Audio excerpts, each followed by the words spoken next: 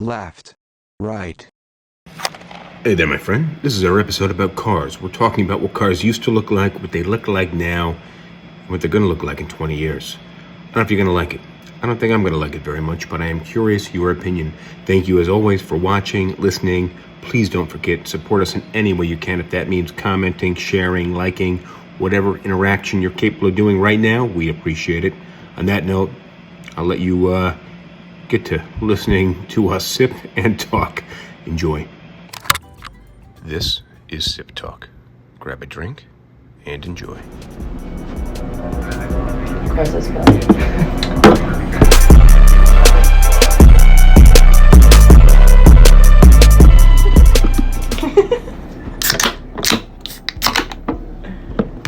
Cheers. Cheers. Cheers.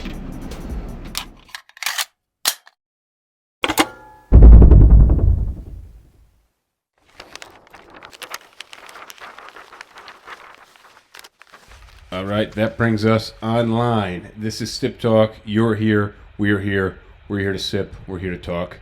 Thank you for joining us. My name is Justin DiGiulio out of my basement in New Jersey, joined by James, the Boswell out of Charleston, South Carolina, philosopher, accountant, professional referee, and bartender. James, what's happening? Oh shit, man! Your audio Let's is turn down. on the mic. It looked like whatever you just did. The movement to turn on your mic looked like you fastened a seatbelt. Oh no, it's the switch on my mic. And it's just sitting in your lap like that. Yeah.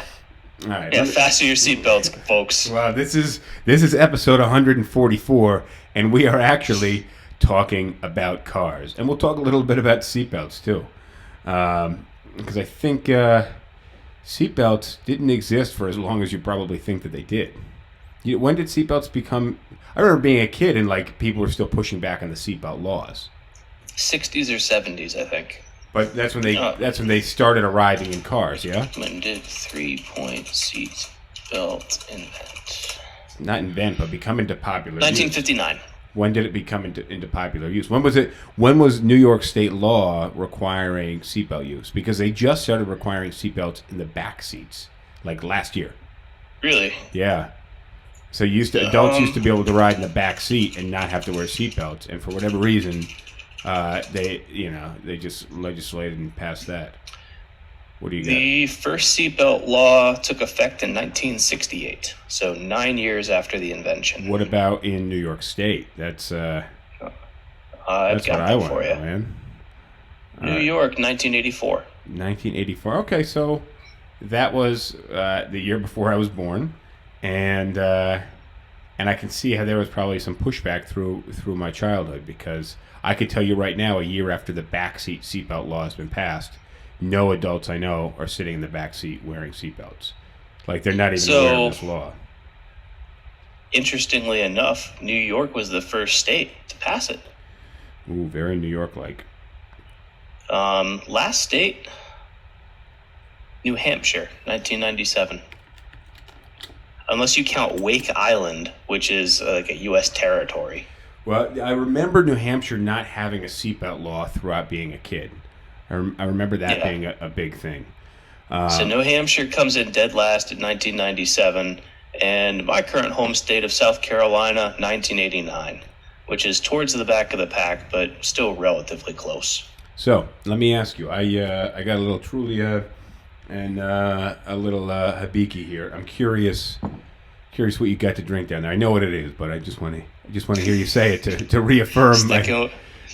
Sticking with the Busch Ice, waiting for that sponsorship package to roll on in. Yeah, well, I'm sure they're probably watching us live in the wherever it is that they make Busch Ice. I mean, does Busch Ice even have like a sponsorship department? Is that like one of the brands that they're even proud to have?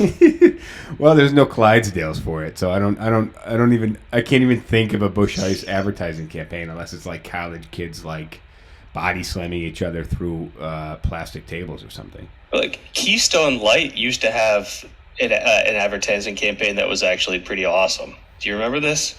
I don't remember anything, so you have to remind me. It was their mascot or spokesperson was a guy by the name of Keith Stone. Oh, I think... and he had like a mullet Yeah. And like all the ads would be him in like some kind of like regular social situation that turned slightly awkward, and he just like navigated it smoothly. And it was be smooth like Keystone, drink smooth beer, Keystone Light. Yeah, see, I actually do remember this. See, I have a really bad memory. The circuitry's there. I just got to light up the wires somehow, and that's, I appreciate you helping me spark the wires there. So look, we're going to talk about cars a little bit. I just got news from the garage that I dropped the car off that I bought last week that it needs a shit ton of work. So that's not surprising. News. What did you buy? A 2012 Audi A7. I got we won't get into too much of the specifics, but I got a real sick deal, Facebook Marketplace, and the engine had a little bit of a shake to it, but it was low miles. And the guy told me that it was and I mean, this is kind of where it gets a bit dumb, but the guy selling it to me managed to come down in the price relatively with ease. And he told me that it was a motor mount that was broken, which seemed pretty much in line with the shaking that kind of happened, and only happened when there was real torque being applied. So if you were in drive but at a stop, you would feel a bit of a shake, and then as you would start to what's what I'm looking for? As you start to accelerate a little bit, as there was a decent torque load on the engine, you could feel it wasn't running smoothly. But when you were up to 65, 70 miles an hour and cruising, it spun like a top. Same thing at 30, 40 miles an hour without much of a load. So in line with the motor mount. Motor mounts aren't that expensive to replace. And I heard back from the dealership, and actually they gave me a laundry list of stuff, but nothing that's like imperative to the engine except that motor mount. So what are the other things that they want? Well, done to it? there's some like exhaust linkage somewhere that could be replaced. There's a little bit of a leak, but like you can't hear it in the engine, so that's good. It needs some new rear tires, and the brakes are at like 40%, and a couple other things. But it got basically it's not doomed, but it's not got a clean bill of health. So we'll see how it lasts through the wintertime, and if it's something worth driving. But it's got 66,000 miles on it, which is not bad for 2012. Just sound. 2 pedals or 3? Man, you can't. They don't make this car. They don't make this car in a manual transmission. So, I'm really bummed about that. But I've been looking for Audis and Volvos and just something relatively like PC. Like I'm looking for like a kind of a golden retriever of cars. Like I'm not ready to buy a 911, and even if I did buy a 911, it's not gonna. Driving a Porsche in the suburbs through the wintertime doesn't quite make sense. Oh, you get one of the all-wheel drive ones. Yes, which costs literally double. So, really? Well, yeah. Remember, I'm trying to spend money on the house. There's a lot of renovations to do out here in the house.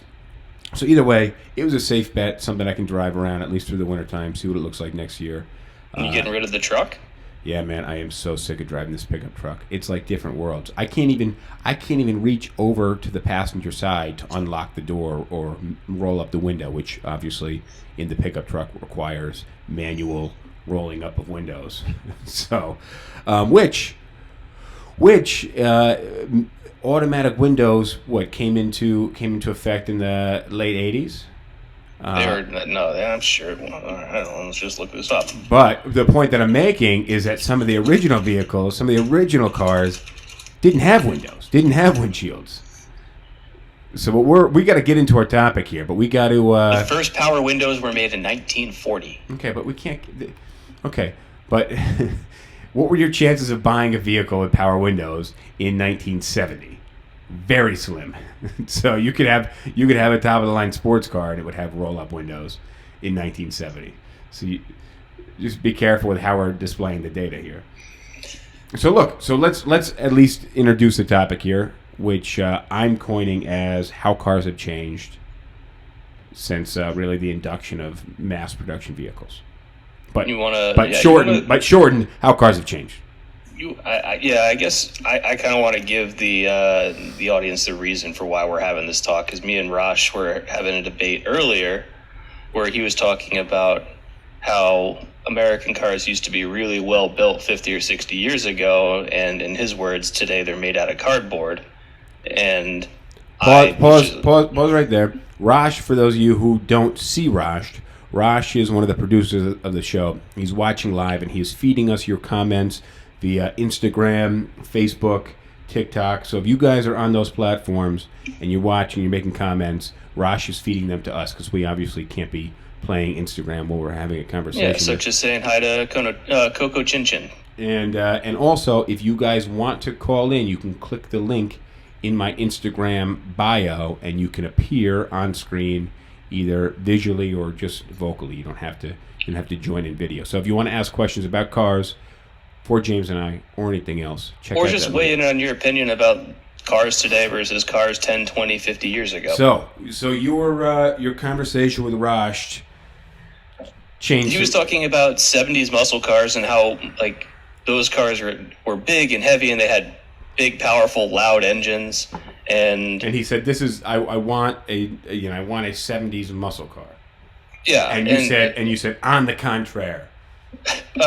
On the contrary, those 70s muscle cars might have been big, loud, and heavy, but they weren't actually all that powerful. If you compare the power that they had to modern day cars, they actually lose in a lot of cases. The 1976 Corvette had like 165 horsepower engine. My 2015 Passat has 170, and it's got a little 1.8. So back then, horsepower. So having a car that's 300 horsepower today is not surprising, right? It's not at all. Nobody's gonna go, wow, 300 horsepower, wow. But if you had a 200 horsepower car 20 or 30 years ago, people would say, wow, that is a muscle car. That's got a lot of horses. And the cars also weighed a hell of a lot more back then. So they needed the horsepower just to get up and running. Mm-hmm. And so they had less horsepower and weighed more. So they weren't as fast. And they also handled like crap. And we'll get there in a minute, but they also used a lot more fuel. But actually, surprisingly, not that much more fuel. Fuel economy hasn't gotten that good except in the last 10 years, and then it's still not that great. I don't know. There was a period during the 80s. So, like after the oil crisis, when all the auto manufacturers scaled back in size on their cars, you actually saw some cars that got really fantastic gas mileage during the 80s. Like what? What would be what can you think of a model and a average mileage? Honda CSX got over 40 miles to the gallon back in the mid 80s. Holy fuck, highway, obviously. Yeah. But yeah, that's wild. And now what do they get? Probably if you go with like a base model Civic or something, a non-hybrid car, because we don't want to compare those just because it's not fair. If you go with like a base model Civic that is non-hybrid, it's probably somewhere between 40 and 45 miles to the gallon is my guess. So not a huge increase. Right, but that's with 30 or 40 years of technology, and naturally aspirated engines haven't gotten much more efficient. Correct. So I think what Rosh was trying to get at is that cars back then had a lot more character. That's true. And I mean, if you think about cars, they were kind of like superhero movies. All right, you would get one cool car where they either invented it or redesigned it, and it was a major redesign, and that car looked the same for the next 7 to 10 years. And before long, or especially right now, the cars are tweaked and the body style changes, or something about the car changes every single year. And that's basically to make people want to buy a new car. And obviously technology is moving a little more quickly nowadays. So the point is... If you look at like a BMW 3 Series today versus a BMW 3 Series 10 years ago, there's not a huge difference. No, but the BMW 3 Series didn't change at all from Although probably it's now the BMW 4 Series. Like, they Okay. changed their numbering. But point is, a BMW 3 Series from 1982 probably looked like you wouldn't be able to tell the difference between a 1986, whereas a BMW 3 Series from 2016 versus 2017 probably are very distinguishable. No, I don't think so. What I'm saying is that you don't, like, part of the reason why cars are looking more and more similar to each other these days is because of regulation. Well, you're missing my point, I think. Your point is that it used to be that you would have a model and it would have a run for 5 to 7 years where it went through very few changes, and then it would be a complete overhaul into something totally different. Whereas now we're seeing more incremental change, where a model run might be 1 or 2 years before they make changes to it, but the changes aren't as big.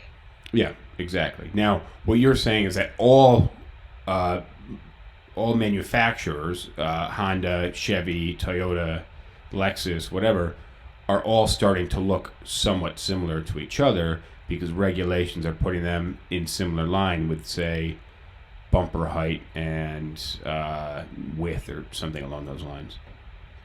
Yeah, and the amount of safety features that the cars have to have, there's only so many ways you can design to incorporate all of those things. And that's one of the points I made to Rosh is, like, if you watch a video of a modern car doing a crash test with a car from like the 50s or 60s, it's crazy. Well, you sent the video in our group chat prior to us jumping online, and the video was like a 1960 something Chevy Bel Air. 59 Bel Air versus a 2009 Malibu. Yeah. It was a kind of 50th anniversary. This is how far we've come. And the two cars collide head on in the video. And, of course, there's 1,001 camera angles, so you can see every... And they replay it in slow motion. So you can see every square inch of metal on the body, that sheet metal on the car, kind of compact and crunch. And you can see the older car, basically, I would say 2/3 of it are completely destroyed and unrecognizable. And the interior of the car, right off the bat, you see the driver just kind of get like smushed in. And I don't even think there was a seatbelt on that car. Might not have been. So the driver really gets just demolished. Whereas the 2009 Malibu, the driver has a seatbelt on, he has an airbag that pops out, he's got a cage that's kind of built around him. So his immediate area, not much happens at all. And the front end of the car basically compacts and takes the majority of the impact. Yeah, in both cases, the car is not going to be drivable afterwards. But in one case, it's very clear to see how much of a difference the drivers feel in the crash. Well, I don't think that the driver of the 1959 model survived. Obviously, he's not going to be feeling much afterwards. It was a crash test dummy, but I don't think he survived at all.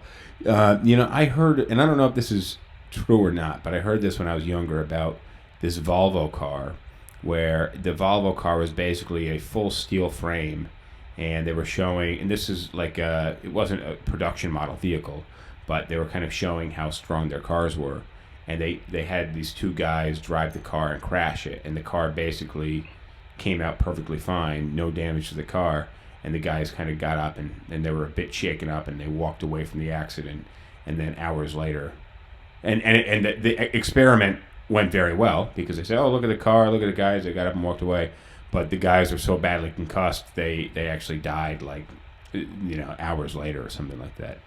So there's It's not surprising to me, and that's where like the misperception that modern cars are not built as strongly as old cars is, like, they're designed to take more damage in a crash, because every bit of damage that goes into the car is damage that's not going to the interior cabin and the people inside of it. And so you might have a lower speed collision where like a 50s or 60s car would be maybe not even affected at all, because it's just like the car isn't designed to absorb that kind of damage. And so like it just kind of, it'll have some dents and some scratches or anything, but like a 1960s car might be relatively undamaged from it, whereas a modern car might have significant damage.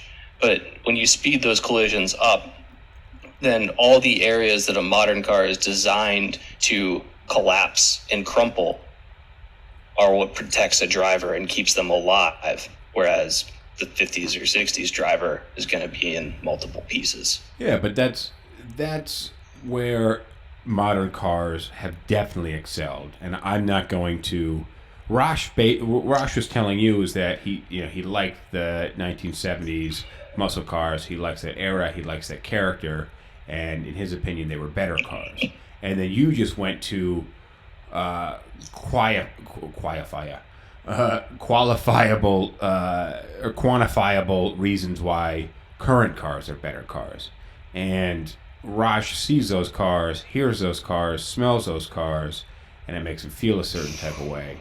I don't think anybody sees a 2009 Chevy Malibu and feels a certain type of way than when they see a 1960s or 70s muscle car. So yes, if quantitatively, the newer car is a better car. It's safer. It gets better gas mileage.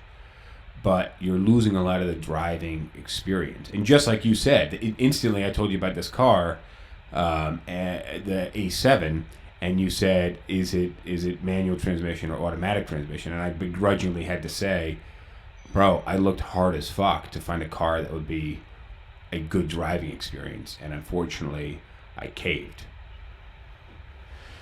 So, yeah, I mean, that sucks. I'm not going to say anything. You can just internalize that. Yeah, actually, it looks like, let's see, it's got 310 horsepower, though, so that's... Right, so that's more than pretty much any 70s muscle car rolled out with stock. Yeah. But Rosh is saying that they're better looking cars, and that one I can't argue about. Like, first of all, it's a matter of taste, so even if I disagreed, I wouldn't be any more right than he is. But I actually do agree with him. I think that cars from like the 70s look pretty cool. Like the 1976 Corvette Stingray, sweet looking car. Yeah, I'm a big fan of the Stingray. Even though for some reason they get shit on quite a bit because I think they were just so different from the rest of the product lineup that a lot of people look at them and think that they're not what they think of when they think of Corvette. But personal preference on that.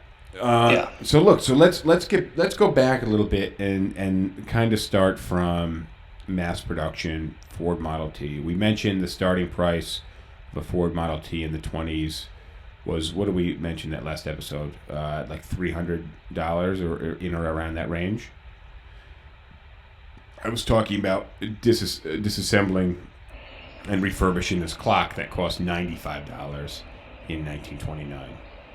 It's looking like for the price of a Ford Model T was $290 or $580 for the two-door sedan. Let's look. Yeah, $290 versus $580 is a big jump. If I was like, yeah, the house cost. So yeah, in 1924, it looks like the price range was $260 to $660. That's a giant price range for a car. But we need to adjust for inflation. Well, either way, the number now is doubled or halved, depending on how you look at it. 1924, today's dollars, $660. It's very exciting watching you do math on the computer. $10,000.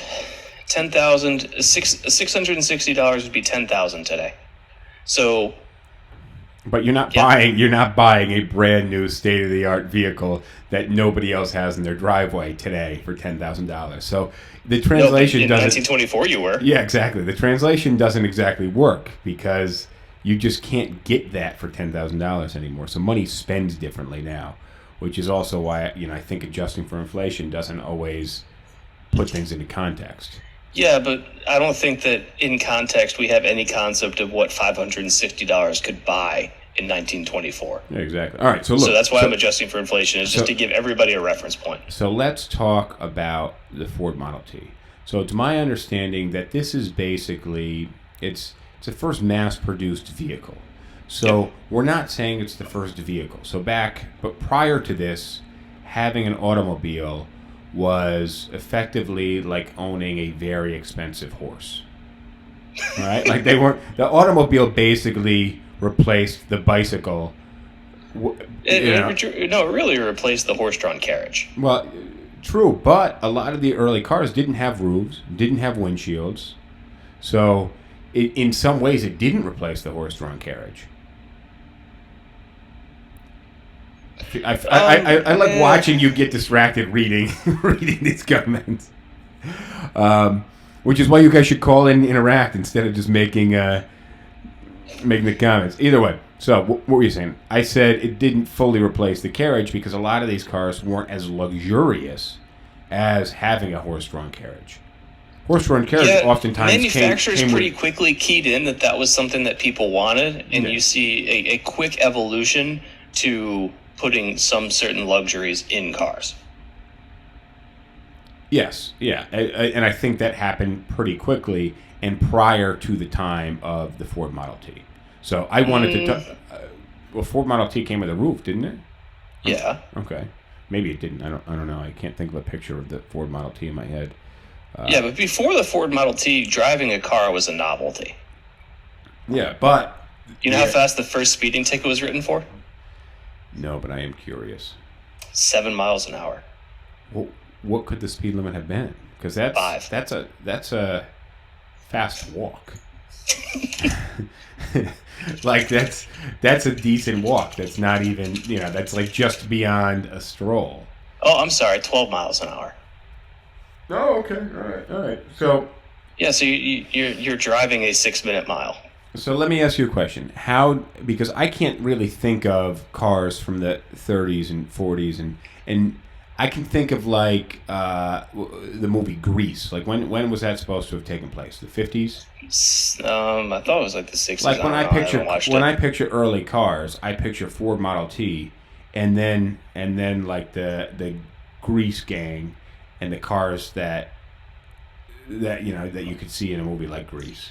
Well, you should also think about like the Prohibition era cars and like which kind of evolved into the 1940s cars, and then like 1950s and 60s were all kind of similar, and then. Well, when you hold on, let's back up for a second. When you say Prohibition era cars, I think of like Tommy gun mobster. Yeah, type that's cars. what I mean. Okay, yeah, so that's where we kind of came out of the Ford Model T, very boxy, maybe wooden spoke wheels, to lots of metal, lots of sheet metal, and some cool shapes. Am I pretty accurate with that? Yeah, like think of like I hate to say this, but like the PT Cruiser, but 30s, because that's what the PT Cruiser was modeled after. That's exactly accurate. Except those cars were probably, well, maybe they weren't that much bigger. It's just that the PT Cruiser felt small compared to all of the other vehicles that were kind of on the road in 2002 and 2003 when it popped up. So to this day, one of the worst modern cars. Yes, I agree. So let's.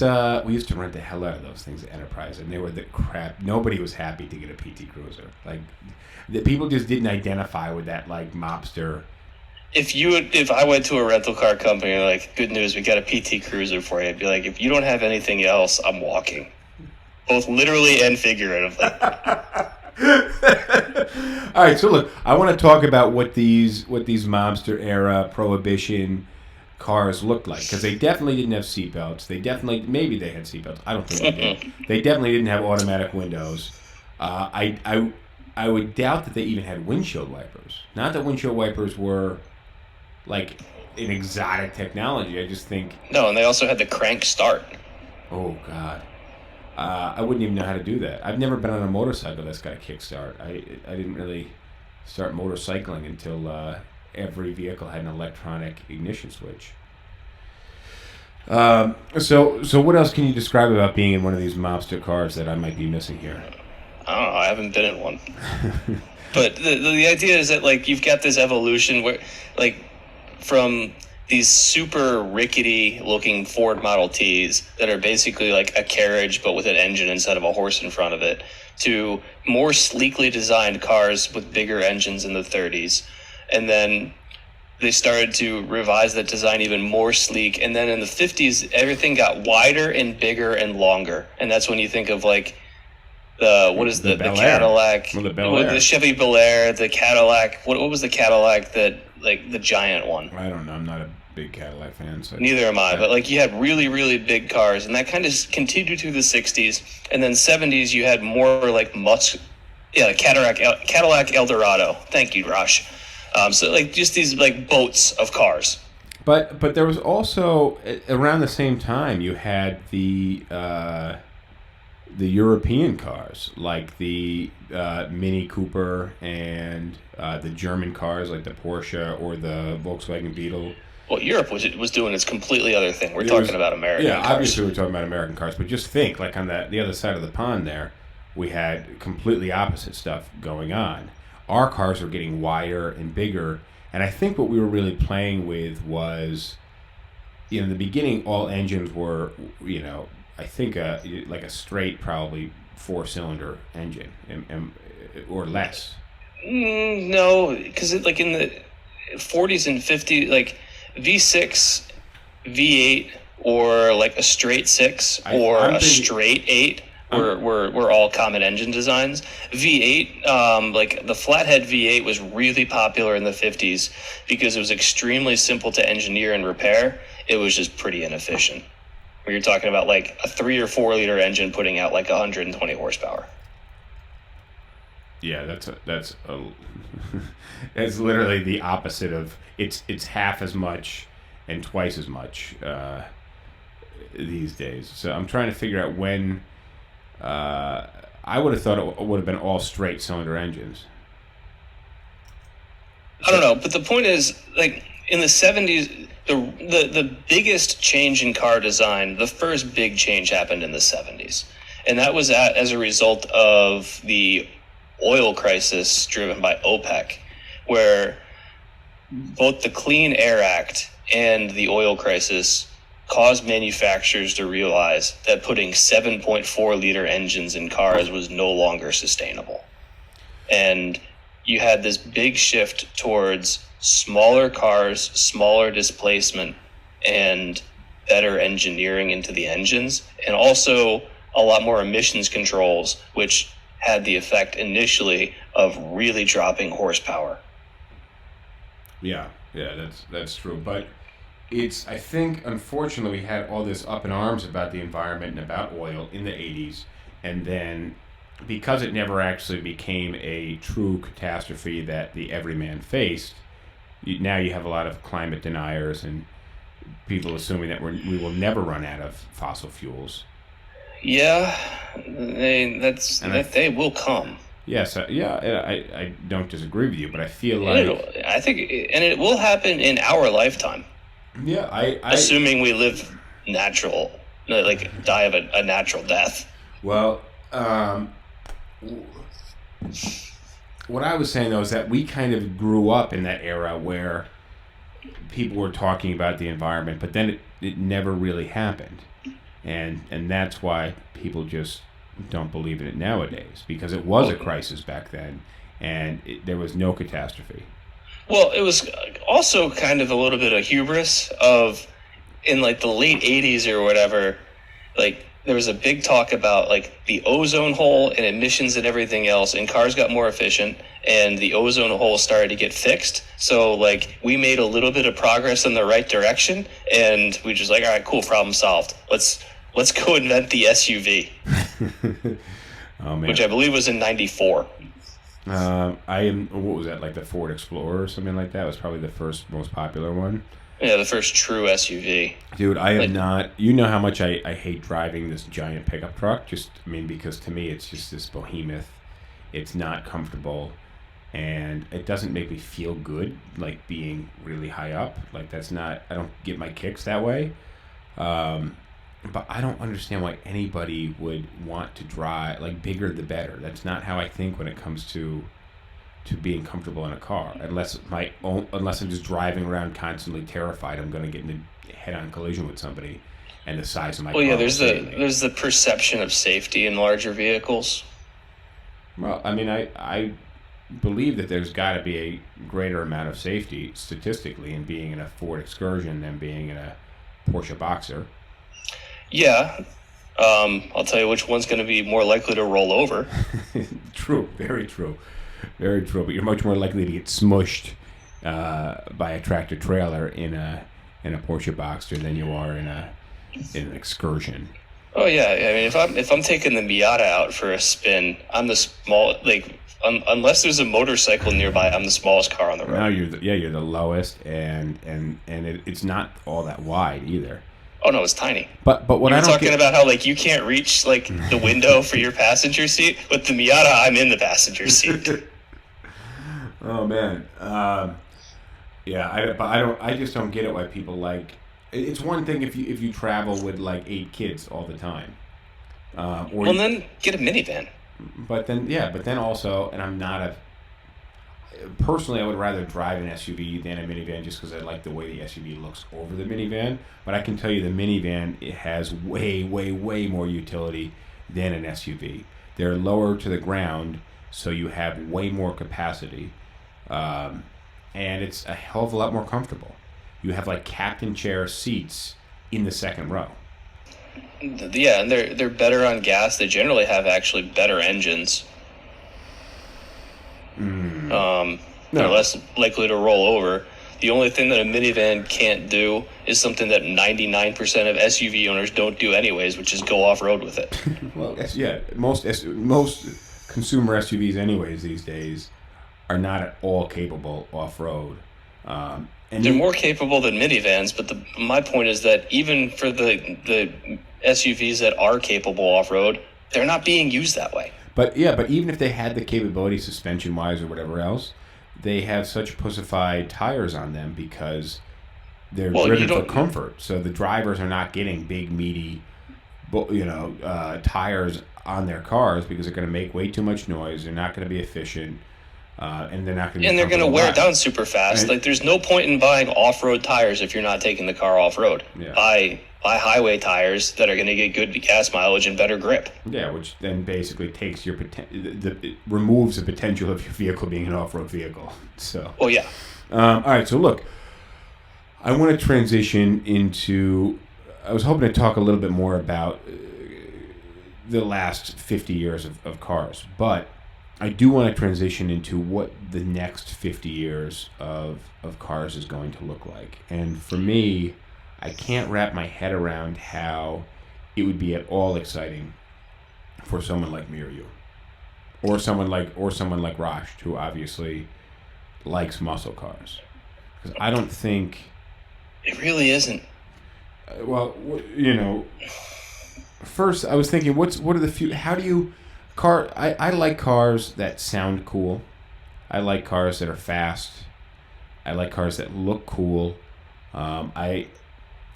There's something about being on a boat or in an older muscle car. Sometimes you can kind of smell the gasoline in the air, which I don't know if you really want that. Well, whether you want it or not, it kind of, for me, it goes. It's within the same territory. So I kind of dig that, but. You're not going to have engine noise in the future. You're not going to have gasoline at all unless you're smelling like battery acid or something. Well, you know how many countries now, U.S. is lagging behind on this compared to Europe, of course, but I think Norway is expecting to have 0% combustion engine sales by 2030. 100% electric cars by 2030.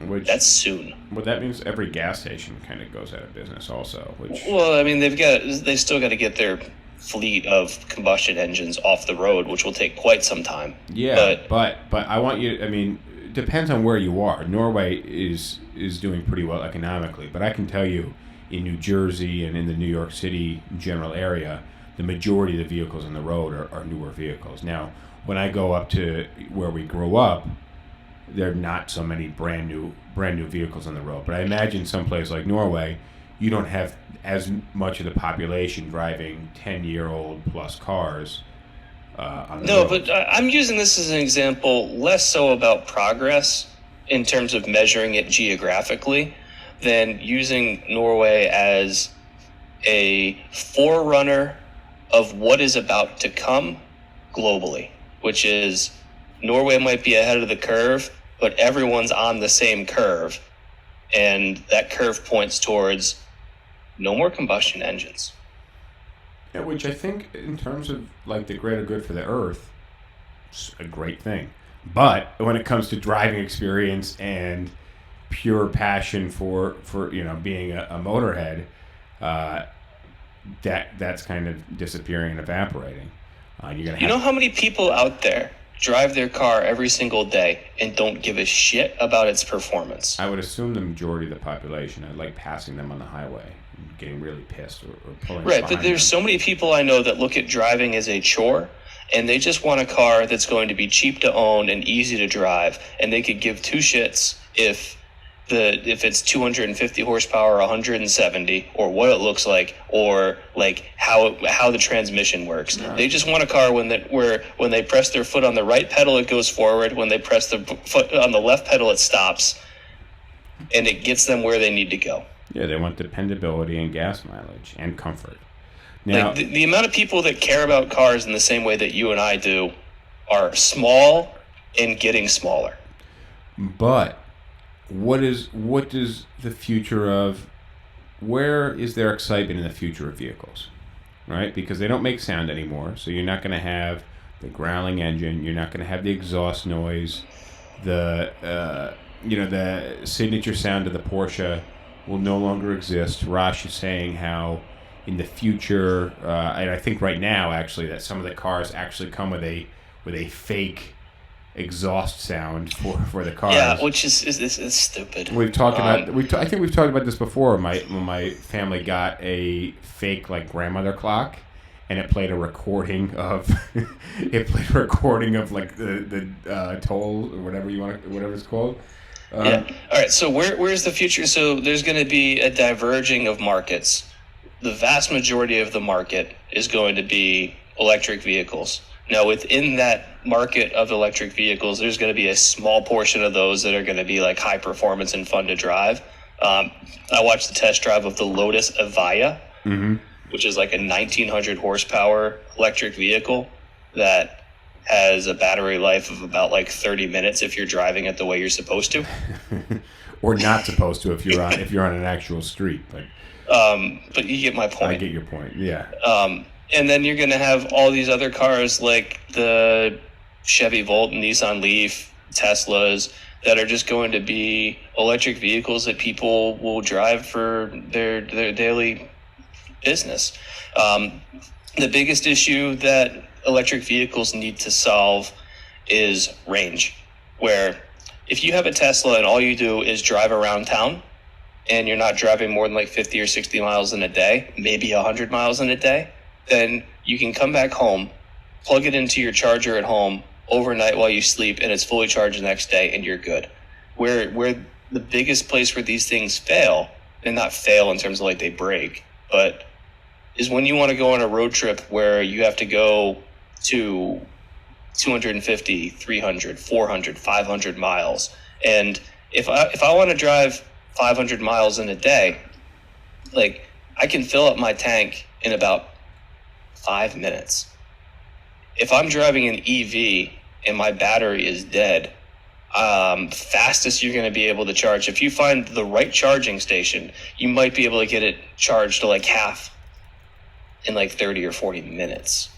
Yeah, which does slow you down quite a bit. I'm looking at this ultra luxurious Lucid Air.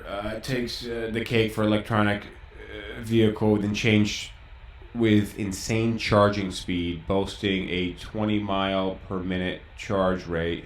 The beast can charge 300 miles in 20 minutes. But that's a standalone. But I think really also what you're getting at is this actually affects the supply chain quite a bit. There's not that many people that are driving 500 miles on a regular basis, or really that much at all these days, because air No. travel isn't that expensive. But it makes it impossible right now. But I think... Well, you know what? There's a lot of people that do, though, and they just don't get a lot of attention. Like, for me, on the weekends, like this Saturday, I've got to drive to Greenville, which is 200 miles away. That's a 400-mile round trip. If I was driving an electric vehicle, I would have to factor in 45 minutes to an hour of that trip to charge the car. And there's a lot of people that do that kind of driving regularly. Anybody that's like a sales rep that has to drive to various customers. Like, I know a guy that lives in North Carolina that makes his sales rounds, and he covers like the entire Southeast. So he might drive like easily 1,000 miles a week. Yeah. Possibly more, yeah. And a lot But of maybe, those, I don't know, but yeah. that's something. If you're in that kind of a role, an electric vehicle is not going to work for you. Not right Not now. with current, not right now. Not right now. But So with it, like, I think that there's still going to be a small market for idiots like you and me that like internal combustion engines and the experience of driving. But we know that combustion engines are disappearing. So, and pretty soon here, probably also by 2030, it's going to be nearly impossible to buy a brand new one. Nearly impossible. But how else do you excite us? You know, how does a 2030 car bring us to the dealership to check it out? Is it just the body style of the car, like pure superficiality? Well, again, it's going to be, you're going to have some cars that are marketed towards people that want the driving experience. So you could get like a Tesla Roadster or something, but the vast majority of people just want a car that works. Well, and so, but on that note, I think that the laws are really going to rein in when it comes to governors on vehicles. I don't think you're going to have a car that can do 120 miles an hour, and it's crazy because the electric vehicles now have the ability to hit 0 to 60 in 2.5 seconds. Their performance is really good. Which is basically unheard of, but that's also dangerous as fuck because there's no real world application that you need to get to 60 miles an hour in under 5 seconds. Never. So pretty soon that'll be governed out, and cars won't be able to do that. While they might have the capability to, they're all just geared electronically anyways. So, when you put your foot down on the gas, you're not pulling on a pulley that's spraying gasoline into your engine. You're just pushing basically like a video game controller, and information's being relayed to the engine and the fuel injectors. Well, there is no. Never mind. There's not even a fuel injector. Yeah, there's no fuel. Yeah, no. In theory, you could probably rig up an Xbox controller to drive your electronic vehicle, and like it wouldn't matter. I'd like to see that happen. That would be. There's got to be a lot of like anti-hacking measures on these vehicles, but maybe they're not. No, not really. Like I'd be interested to see somebody pull that off. That would be wild. Yeah, cybersecurity as it relates to all the computers and stuff in cars. Like, watch some videos on it. It's fascinating to watch what people who know what they're doing can do to disable cars. I'll have to check that out. So what else? What's going to bring you or I to a dealership in 9 years? I can tell you right now, the answer is fucking nothing. Yeah, it's really like. I'm gonna be the guy looking at like a 1989 Esprit Turbo and saying like, I want to drive that stupid thing. Well, that's kind of what I was running into right now, trying to find a vehicle, is finding something that is exciting, but also relatively practical, and is going to be a decent winter driver. Hi, Lisa. Thank you for joining. Nice to see you. Say hi to Pepe Dancer and Josephino. What's up, guys? What's up? So, I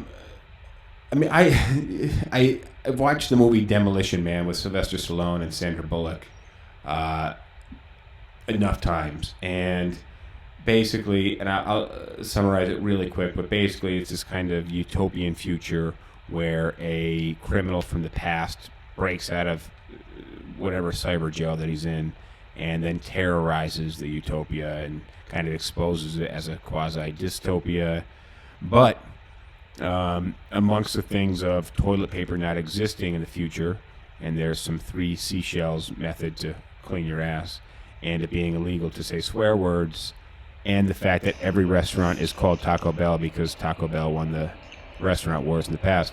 Having sex in whatever year it was that Demolition Man is supposed to take place. You'd think if Taco Bell won the restaurant wars that they wouldn't have made toilet paper illegal. Well, those 3 seashells really worked their magic. So it's a plot hole if you ever saw one. So look, but in the future, supposedly sex is just where you put on a VR headset and you have some type of weird sex that releases endorphins into your body. And, I mean, we're kind of there now. But, well, yeah, basically, we're very close. But to me, that's like, sex is fun and it can be a bit dirty and gross when you really think about it. But that's kind of part of it. And driving is fun, and it can be bad for the environment, and it can be dangerous. But, like, that's part of the fun of it. Like, speeding is not at all a safe thing to do, but it's a fucking blast to do. Don't speed, kids. All right, drive the speed limit. Wear your seatbelt. I actually drive way more like chill than I did when we were like freshly licensed. Well, that's called maturing. It is, but now I look back and I'm just like, what the fuck was I thinking? Yeah, I say the same thing. Like, we did some dumb shit driving driving cars. So I think we're both pretty lucky to be alive when you consider the things that we did. Yeah, and I completely agree with that, but I feel like you could still do a lot of that same dumb shit that we did in electric vehicles and and new cars. So yeah, it's just the experience is different. Well, the experience is different, but also I think that they're going to basically remove that ability. To me, if somebody's mom is going to come along whose kid was just doing 140 miles an hour in a brand new Tesla and just cream themselves and said, how is it possible that my 17-year-old kid can take this vehicle up to 140 miles an hour? Well, you might even see like the introduction of like parental controls onto a vehicle. Is there not already? I mean, not that I know of, but I wouldn't. Dude, think about how big of a step it would be in an electronic vehicle to introduce that feature. How hard would that be? No, it'd be simple. There's right. Cars that have governors on them already. Yeah, but like it's even simpler when you have the entire vehicle controlled by a computer. Yeah, which is entirely how vehicles are controlled today. So the new vehicles, at least. That's why I love the Miata. No computers. Yeah, I think doesn't even have like a working radio. That's not a bad thing, actually. Like it's really sometimes it's really nice to just chill out with no sound. You get to listen to the engine and just kind of be part of the experience because nowadays we have information coming at us from every angle. So the new cars have built-in fucking iPads that are like attached to them that give I hate that. It's really weird for me. I'm not. To me, that's not. I don't need an iPad when I'm driving. I actually like to dim all of the dashboard lights and the internal lights. I put them all in the lowest setting because I don't want that drawing my attention away from the road. When I see like Uber drivers or just regular drivers with their phone stuck up in the middle of the windshield, to me, I'm like, that is such a distraction. One, you're impeding your range of view, but two, it's also a giant bright light. It's like that's moving. It's like having somebody's headlights shining in your face. Yeah, but it's worse than that because the image is constantly moving, and even if you're not paying attention to it, like it catches your eye and your brain is monitoring it. Yeah. Even if you're focused on the road, there's a visual distraction that you don't even realize is there. Oh yeah, you're subconscious. Mm-hmm. Speaking of GPS, I have my GPS set to keep north in line the entire ride. So most people's GPS, when they're always has them pointing forward and up on the screen. So they're always driving north. So the map moves around behind them. No, they're always driving north. Well, but that's the result is that people don't understand that aspect, that they just assume that north is forward, which is not always the correct. But point is the map moves in the background, whereas mine, the map is in place, and then the little point kind of moves around. We understand. Rosh says he likes the feature of the E-Class that beeps when it senses your eyes are closing because you're tired. We haven't even touched on self-driving cars. Well, that's what I really thought we were going to get into, is that the driving experience will slowly just disappear and there will be no personal driving. Well, that's a good, we already talked about it a little bit in a previous episode, but maybe we could go a little bit more in depth about it. For me, I couldn't be more against self-driving cars. I mean, if everybody else had a self-driving car, I'd be down with that. But I don't want a self-driving car. But I will say it sounds like a cool feature, having something that alerts you when you're falling asleep. But I can also tell you it's really distracting, and maybe you weren't falling asleep, but then it starts beeping and it kind of catches you off guard. We have these. The car keeps it. The Q5 keeps itself in the lane. So sometimes whatever sensors aren't accurate, or you're just trying to change lanes and not signal, and the car actually pushes back and gives you resistance and keeps you from turning. It's annoying. And the wheel vibrates, which is really weird. So that the wheel vibrating sometimes really throws me off. And then also the turn signal, so it'll indicate if somebody's in your blind spot. Well, that's kind of helpful. But it's also a flashing light on the side of the car, so that gets really confusing, in my opinion. Raj is making a comment. Insurance-wise, self-driving cars might be keeping your rates down. Might help with keeping your rates down. Sure. Yo, as someone who's paid above average market rates for insurance his entire life, that's not really going to entice me. You have any points on your license right now? I don't think so.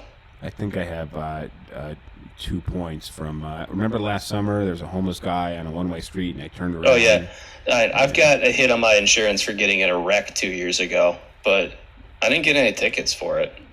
So no points on my license, but the insurance company's still not happy with me. Were you at fault? Yeah, I was. What, can I ask what happened? Off air. Okay. All right, fair enough. So, look, I want to thank you guys who are watching us live. I want to thank you guys who watch us post-production on YouTube. I want to thank you guys that listen to us on any audio podcast platform, whether it's Spotify or Apple Podcasts or Anchor or wherever else you can get audio podcasts. We are in all of those places.